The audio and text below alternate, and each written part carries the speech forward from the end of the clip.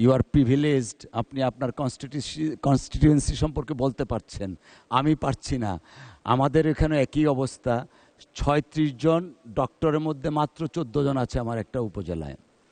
Ambulance আছে, driver নেই। এরকম নাই নাই নাই শুনতে শুনতে আমরা খুবই ক্লান্ত। মাননীয় স্পিকার, আপনাকে ধন্যবাদ।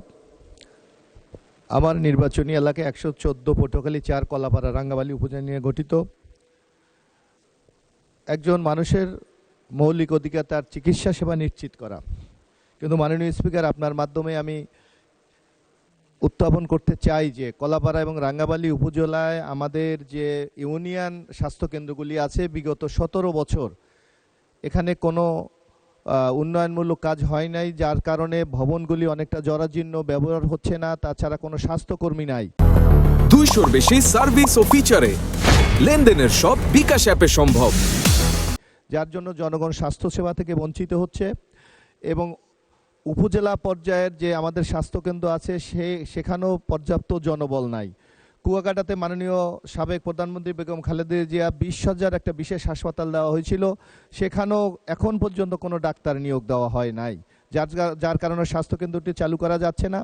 এবং এর পূর্বে আমি আরেকটি বক্তব্য বলেছিলাম যে আমার আরেকটি উপজেলা রাঙ্গাবালী বাংলাদেশে একমাত্র উপজেলা যেখানে কোনো স্বাস্থ্যকেন্দ্র নাই। সুতরাং অনতিবিলম্বে এই সকল বিষয়ে প্রয়োজনীয় ব্যবস্থা গ্রহণ করার জন্য আমি মাননীয় স্বাস্থ্যমন্ত্রীর দৃষ্টি আকর্ষণ করছি।